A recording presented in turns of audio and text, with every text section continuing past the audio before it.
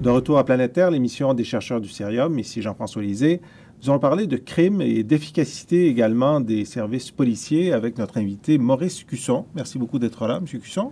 Bonjour, M. Lisée. Alors, Maurice Cusson, vous êtes professeur émérite du département de criminologie ici à l'Université de Montréal. Vous avez, entre autres choses, obtenu le prix Beaumont-Tocqueville pour l'ensemble de votre œuvre en 2010 de l'Association internationale des criminologues. Vous aviez reçu le prix du gouverneur général un peu plus tôt dans votre carrière pour votre livre « Délinquants, pourquoi? Le contrôle social du crime ».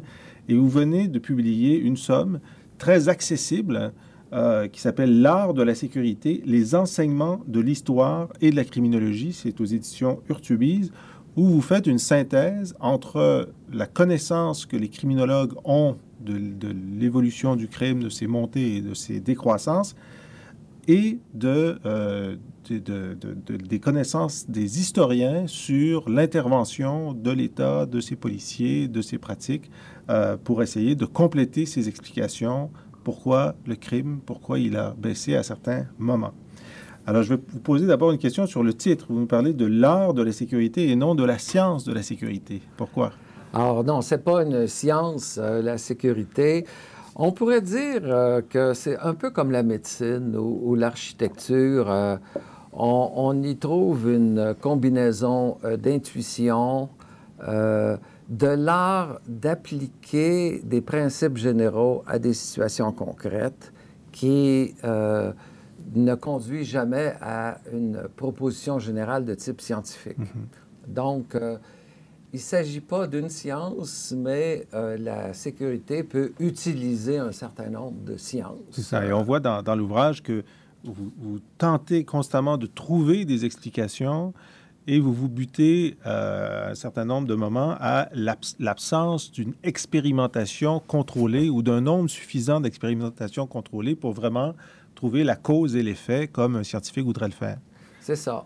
Il y a, depuis, je dirais, une quinzaine d'années, en criminologie et dans des disciplines connexes, on fait des expériences les plus contrôlées possibles. Par exemple, on prend un secteur très précis d'une ville dans laquelle il se pose un problème criminel. Une équipe de policiers et de chercheurs analyse le problème sectoriel, pose une espèce de diagnostic, et là, on fait une intervention très, très bien calibrée sur le secteur.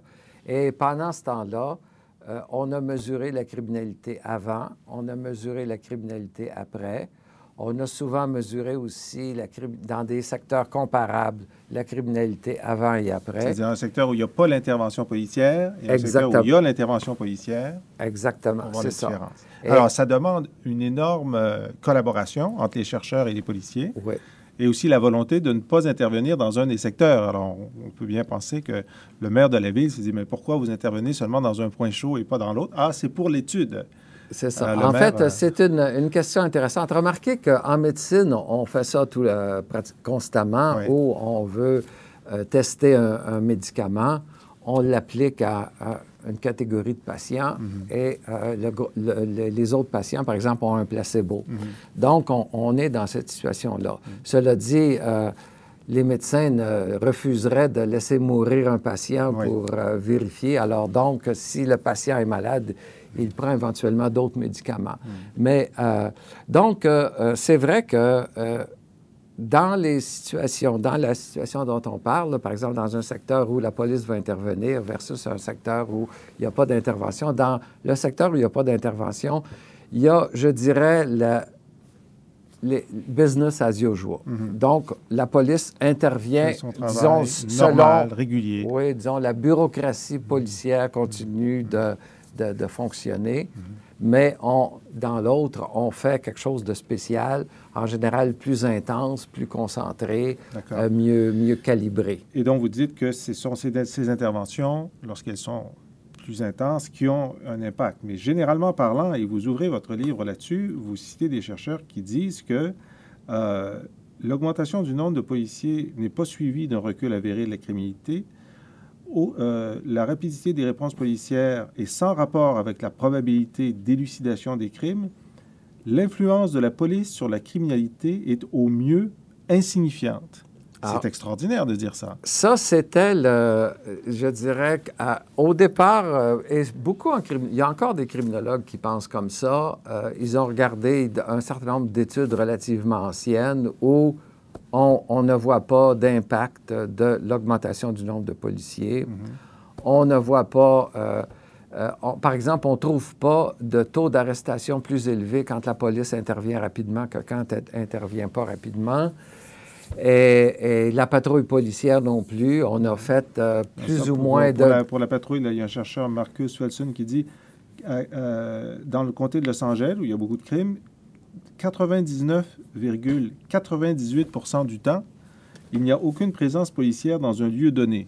Donc, il y a seulement 0,02% des lieux qui sont patrouillés au moment où un crime peut c'est ça, s'y dérouler. Exactement. Donc, on ne peut pas espérer que les policiers soient présents sur les lieux d'un crime au moment où il se commet.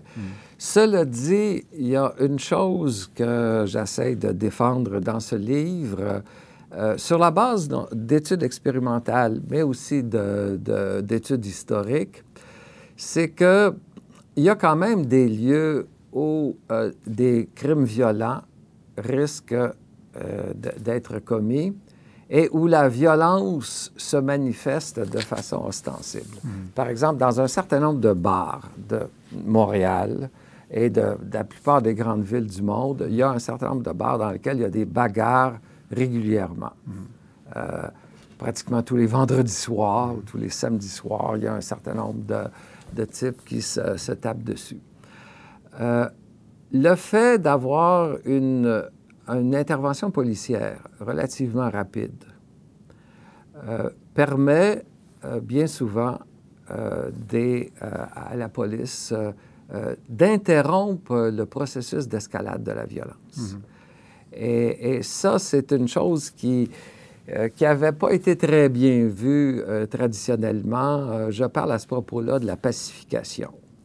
Le policier, c'est un pacificateur. On parle de force de maintien de la paix sur le plan international, mais aussi dans la quotidienneté de la police ordinaire, il y a beaucoup de ça. Et ça, avec le développement d'une police moderne, notamment à Paris sous Louis XIV, on a vu ça. Sous Louis XIV, un des problèmes qui se manifestait à cette époque à Paris, c'était qu'il y avait des bagarres sur les places de marché. Alors, vous dites d'ailleurs, donc il y a deux moments que je vais traiter avec vous. Donc, celui-là, on va continuer. Vous expliquez qu'il y a une chute considérable des homicides. Au 15e siècle, il y a 45 homicides par 100 000 personnes. Et au 18e siècle, il n'y en a plus que 12. Donc, une réduction considérable. Aujourd'hui, on est à 6 à peu près, 5 ou 6 selon les pays. Et donc, là, il s'est passé quelque chose pour réduire de façon très importante les homicides. Qu'est-ce qui s'est passé?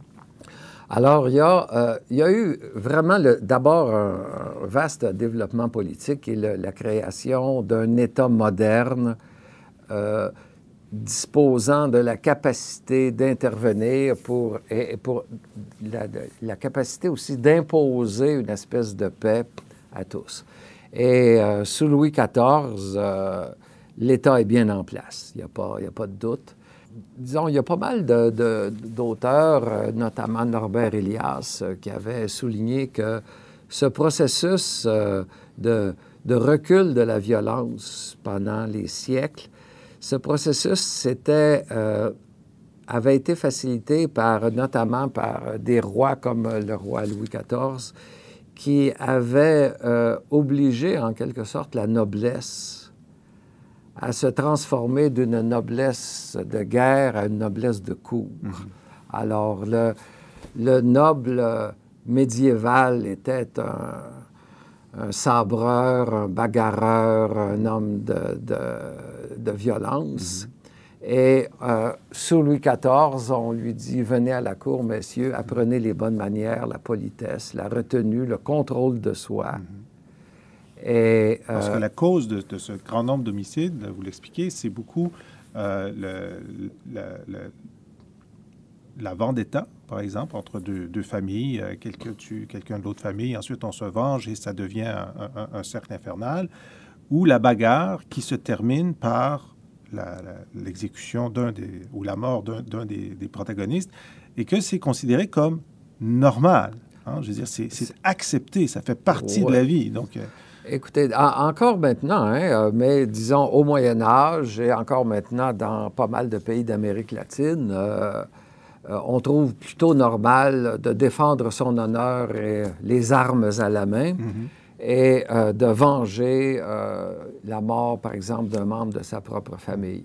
Mais dans un premier temps, c'était même pas sanctionné. Et ce n'était pas sanctionné. Donc, c'est l'introduction de la sanction, quelque chose qui et c'est ça. Lentement. Alors, et ça a pris quand même plusieurs siècles dans l'espace européen pour que l'on réussisse à faire, je dirais, reculer cette institution qui était la vendetta, et à amener les gens, premièrement, à trouver une solution, une composition, une compensation quelconque versée à la famille de la victime, et pour rétablir la paix entre les familles. Et par la suite, la police a pris de plus en plus d'importance avec une capacité d'intervention rapide sur les scènes de bagarre, avec aussi une capacité d'intervenir auprès d'un éventuel vengeur pour le désarmer, pour le retenir de passer à l'acte.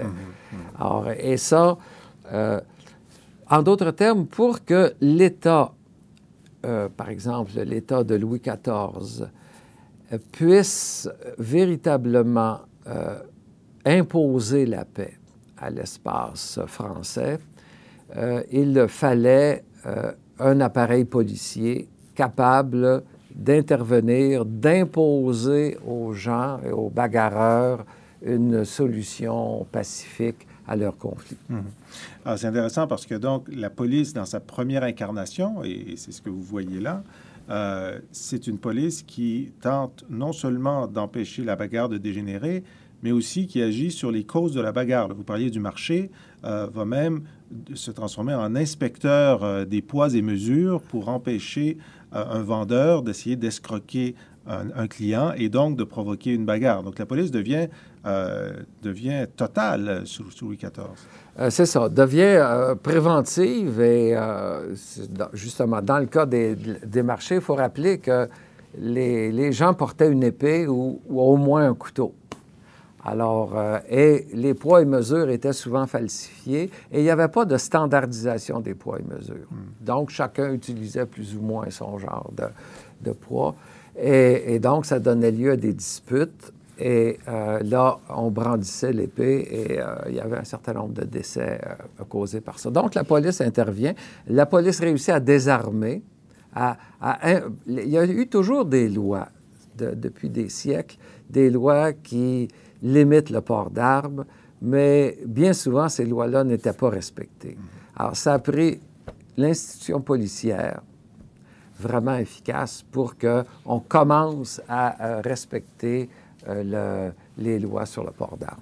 Alors, vous dites ensuite, et c'est intéressant, que les idées novatrices en termes de police se déplacent à Londres, au bord de la Tamise, mais que les Anglais, qui n'aiment pas beaucoup les Français, entre autres choses, trouvent que la police française est quelque chose de très coûteux, de peu absolutiste et donc de non désirable, et qu'il y a beaucoup de résistance à Londres au développement d'une police à cause de ce préjugé anti-français. Oui, c'est très intéressant cette question-là. La police française, à partir de Louis XIV, était aussi une police d'espionnage, de mouchards. On parlait des mouches à l'époque. Et c'était donc une police qui portait véritablement atteinte aux libertés. C'était aussi une police dont le mandat était large à l'excès. Alors, notamment, Louis XIV a mobilisé sa police pour faire la chasse aux protestants, aux huguenots. Et donc, c'était une police d'opinion. On pourchassait les auteurs de libelles, de chansons chansons qui offensaient le roi, etc., etc. Donc, la police était bien loin d'être une institution, je dirais, protectrice des libertés. Et ça, les Anglais n'en voulaient pas. D'autant plus qu'ils connaissaient bien la police de Napoléon. Alors, on est rendu à l'époque de Napoléon, et qui était dirigé par Fouché, qui était en quelque sorte un as du renseignement, mais en même temps un homme qui n'avait aucun scrupule à incarcérer quiconque pouvait constituer une menace pour Napoléon ou pour les projets de Napoléon. Donc, par mouvement de balancier, la police britannique se développe dans un moule de restriction du pouvoir policier. Exactement, exactement. Je pense que ça a été le grand progrès de la police anglaise sur la police française, c'est qu'elle a eu un mandat beaucoup plus limité, beaucoup plus concentré sur la prévention du crime, pourrions-nous dire, et qui était à ce moment-là le problème. Hein? Un des problèmes qui se posait au 19e siècle, durant la première moitié du 19e siècle, à Londres, dans le port de Londres et dans les grandes villes anglaises, c'était que la richesse multipliait les occasions de vol. Or, dans le port de Londres, les marchands se faisaient voler à tour de bras. Et c'est en réponse à ce genre de problème, il y avait aussi les émeutes où on utilisait l'armée pour tirer sur la foule. Donc, d'un côté, les vols qui proliféraient, de l'autre, des émeutes que l'on ne parvenait pas à contrôler autrement que par la troupe, ont amené les Anglais à se dire on va donner à la police des moyens, mais avec l'utilisation minimale de la force et avec un mandat relativement restreint. Et dans ces conditions-là, la police ne sera pas liberticide. Et même, on interdit pendant longtemps aux policiers britanniques de porter une arme, autre qu'une petite matraque. C'est ça. Donc, une police, c'était... Et aussi, on les obligeait à avoir l'uniforme. On considérait... C'était nouveau, ça. Oui, parce que la police française n'était pas nécessairement en uniforme. Mais, alors, une police visible, en quelque sorte, doit se comporter de façon plus responsable qu'une police secrète. Maurice Cusson, on va faire une pause et on va revenir pour parler de crimes modernes. Vous avez choisi une plage musicale pour accompagner notre propos. Laquelle et pourquoi? Alors, c'est le Requiem de Mozart. Mozart, dans son Requiem, bien sûr, par définition, évoque la mort. Et comme un des thèmes centraux de mon livre, c'est l'homicide, mais aussi le recul de l'homicide. Et dans le Requiem, il y a la mort, mais il y a aussi la paix. On parle avec Maurice Cusson, criminologue, auteur de L'art de la sécurité. On écoute grâce à lui un extrait du Requiem de Mozart et on revient tout de suite après.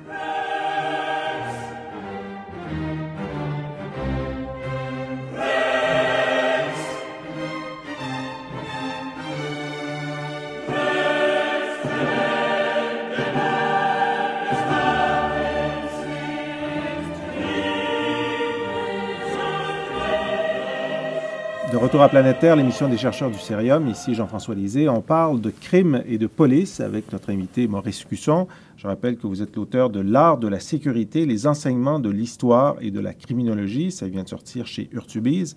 Alors, il y a une deuxième période très intéressante, plus proche de nous.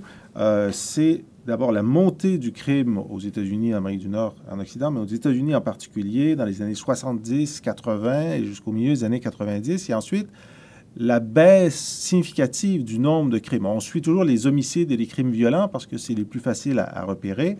Et un certain nombre d'hypothèses ont été avancées pour expliquer ce reflux criminel. Et c'est intéressant dans votre livre parce que vous reprenez ces hypothèses et vous expliquez pourquoi elles ne suffisent pas à expliquer ce reflux du crime. Alors, on va les prendre une par une. On dit très souvent que c'est la démographie. qu'il y avait, avec le baby boom, il y avait beaucoup de jeunes de 15 à 25 ans. C'est le segment de population le plus apte ou le plus disposé à donner une frange de sa cohorte à la criminalité, et que à partir des années 90, cette proportion de 15 à 25 ans est plus faible et que donc ça explique la chute de criminalité. Qu'en pensez-vous? Alors, c'est certainement un facteur. Il n'y a pas de doute qu'il y a une relation, je dirais, quasi mathématique entre le pourcentage de jeunes gens, disons, entre 15 et 25 ans dans la population et la criminalité. Et le baby boom a été, disons, un facteur qui a suscité cette croissance rapide de ce groupe d'âge. Et ça a donné pas mal de vols et différents types de violences, avec, pour les homicides, un certain retard, parce que le groupe d'âge où on a le plus d'individus qui commettent des homicides est un peu plus vieux. C'est plutôt autour de 30 ans, entre, disons, 19 et 35 ans. Alors donc, ça, c'est un facteur, mais quand on regarde, notamment les criminologues américains ont beaucoup investigué cette question-là, le facteur âge, on s'aperçoit que, par exemple, durant les années 80, en gros 1975 et 1985 plutôt, on a eu une augmentation des homicides et c'était à l'intérieur même des groupes d'âge, il y avait eu une augmentation. Quand on prenait le groupe d'âge des 15 à 25 ans, on s'apercevait aux États-Unis qu'ils commettaient plus d'homicides durant cette période-là que durant les périodes passées. Donc, le facteur âge en soi est un facteur à prendre en considération, mais ce n'est pas le seul. Et on voyait aussi qu'il y avait une augmentation des homicides dans les autres groupes d'âge. C'est ça. De 25 à 35 ou de 35 à 45. Donc, un facteur, mais qui n'explique pas tout. L'autre facteur qu'on avance aux États-Unis, c'est que, regardez, il n'y avait que 200 000 prisonniers en 72, il y en a 1 500 000 en 2000, donc on a multiplié par 7 le nombre de prisonniers. Ça doit être l'explication de la baisse de l'homicide. Alors, les Américains, les criminologues américains se sont escrimés avec cette donnée-là, d'autant plus que, quand même, la plupart des criminologues en général, y compris les criminologues américains, sont très réservés vis-à-vis de l'usage de l'emprisonnement. Et je pense qu'il y a une opinion générale qui tend à dire un peu partout dans le monde, chez les criminologues, que une telle croissance de la population carcérale, c'est très malheureux. C'est très, très regrettable. Très malheureux, mais est-ce efficace? Alors, chez les Américains, on a dit finalement, là, si on examine tout ça, il y a probablement un 20 à 25 de l'augmentation, de la baisse de la criminalité qui est due à l'augmentation de l'incarcération. Cela dit, et là arrive le Canada, là, on a eu une baisse à peu près semblable de la criminalité au Canada, et notre population carcérale au Canada est restée stable. En fait, c'est un phénomène assez fascinant. Quand on regarde les courbes de l'évolution de la population dans les prisons entre 1960 et disons, 2000, aux États-Unis, on a une montée en flèche, et au Canada, on a une courbe absolument plate. Et pourtant, au Canada, il y a une chute des homicides.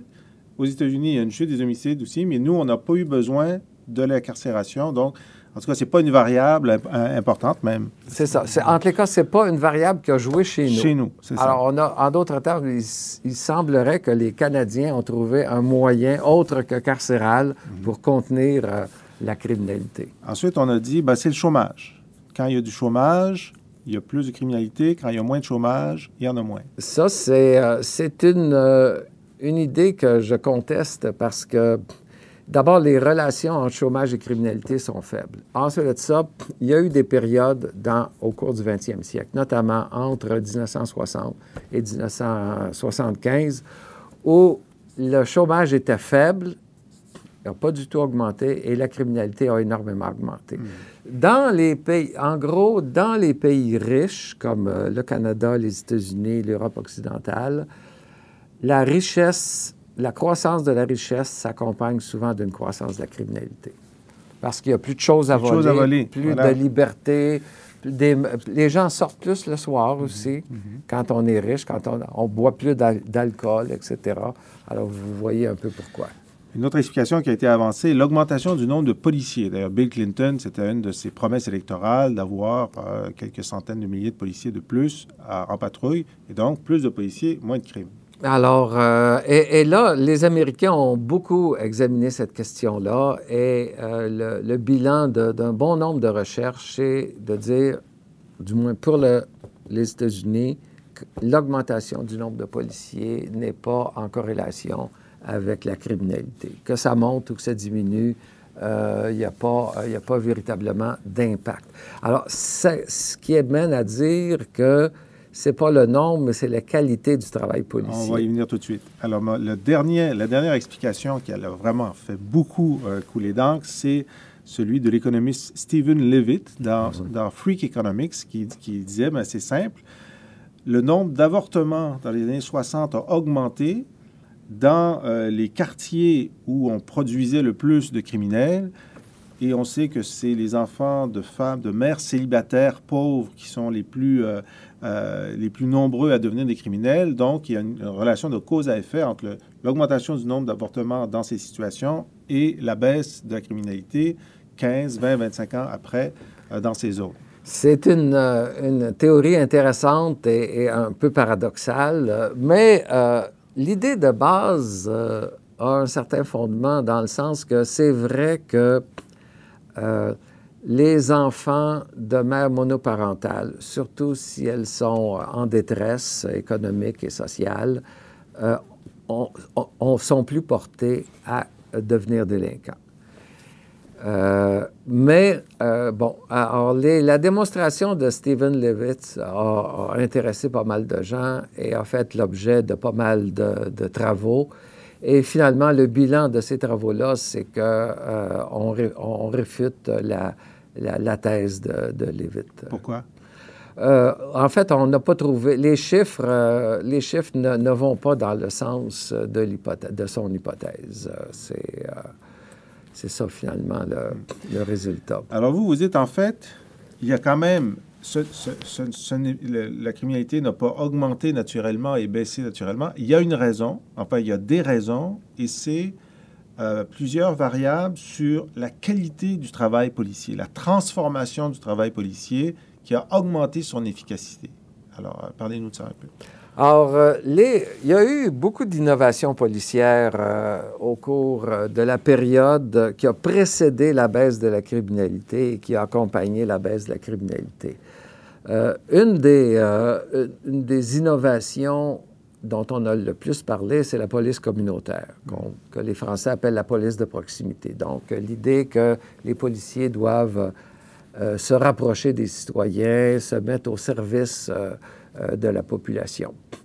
Alors, je pense que c'est une bonne idée, mais là aussi, il y a eu des évaluations de projets de police communautaire et les résultats sont loin d'être concluants. On ne voit pas très bien que la criminalité baisse avec la mise en place de programmes de police, par exemple, de police de quartier, police de proximité, etc. Et aussi les faire sortir de la voiture, les faire marcher dans le quartier, faire des rondes. C'est ça. Alors donc, il n'y a pas... En soi, non. En soi. Mais cela dit, c'est venu en quelque sorte dans les bagages de la police communautaire, est venue une idée qui, elle, résiste beaucoup mieux à l'évaluation et semble pas mal plus efficace, c'est l'idée de la police de résolution de problèmes. L'idée, en gros, c'est que quand on a un problème criminel quelconque, ou un problème policier, parce que des fois, le problème que les citoyens soumettent à la police, c'est pas toujours un problème criminel. Par exemple, le tapage nocturne. Hein? Alors, des voisins font un boucan terrible pendant toute la nuit et ça se répète. Alors, finalement, les voisins se plaignent. C'est un problème qui, je dirais, traditionnellement relève de la police. Une des raisons, d'ailleurs, pour ça, c'est que, disons, des voisins exaspérés qui ne réussissent pas à dormir vont avoir un jour envie de prendre leur fusil de chasse et de tirer à travers la porte de celui qui les empêche de dormir nuit après nuit. Donc, c'est un vrai problème, je pense. Donc, il y a un certain nombre de problèmes qui sont soumis à la police. Et l'idée du Problem-Oriented Policing, c'est de dire on va analyser ce problème-là particulier. On va essayer d'identifier qui sont les auteurs, pourquoi, comment, dans quelles circonstances, à quelle heure, dans quel lieu, etc. Et une fois qu'on a bien compris le problème, on met en place une intervention en conséquence. Ce qui ne se faisait pas avant. Ce qui, disons, en fait, on peut penser qu'un policier intelligent, motivé, etc., pouvait le faire. Mais on a eu un effet pervers du téléphone et du 911. L'effet pervers, c'est que les gens se sont mis à appeler la police énormément. Et donc, les services de police, un peu partout dans le monde, ont été submergés par le nombre d'appels. Alors, les policiers couraient d'un appel à l'autre. Ils réagissaient au cas par cas. Réagissaient au cas par cas sans avoir le temps de se poser des questions, d'analyser le problème et de trouver une bonne solution. Alors, vous dites aussi que ce qui arrive à ce moment-là, l'informatique et la cartographie des lieux de crime. Et bon, on savait qu'il y avait, comme vous disiez tout à l'heure, le marché, le bar, etc. Mais on se rend compte qu'il y a des points chauds où il y a plus de crimes et on décide d'intervenir sur l'ensemble de la criminalité, pas seulement la criminalité violente, mais de dire, on va même intervenir, on parlait de tapage nocturne, mais pour les petites, la petite délinquance ou les petites infractions, où d'habitude on dit, bon, c'est pas important, on va juste faire les homicides. Et on dit non, on va faire toutes les infractions. C'est un peu la théorie de la vitre brisée. Expliquez-nous comment ça fonctionne. Alors, en gros, donc, maintenant, avec les outils cartographiques, on a des logiciels qui permettent, notamment ça se fait à Montréal, d'avoir une carte de la ville de Montréal, de la plupart des grandes villes du monde maintenant, et où on localise, en utilisant les adresses civiques, localise les lieux où sont commis des crimes. Et là, quand on fait une cartographie pareille, on constate que la criminalité se répartit de façon très inégale sur l'espace. Et quelquefois qu'elle se concentre dans ce que les Américains ont appelé des hotspots, des points chauds du crime. Et dans un point chaud du crime, ça peut être un coin de rue, hein, ça peut être un petit parc dans un coin quelconque. Il y a en général une diversité de crimes. Il y a des vols, deals de drogue, des femmes qui se font insulter, quelquefois agresser, des bagarres et tout. Il y a un peu de tout, souvent, dans un point chaud du crime.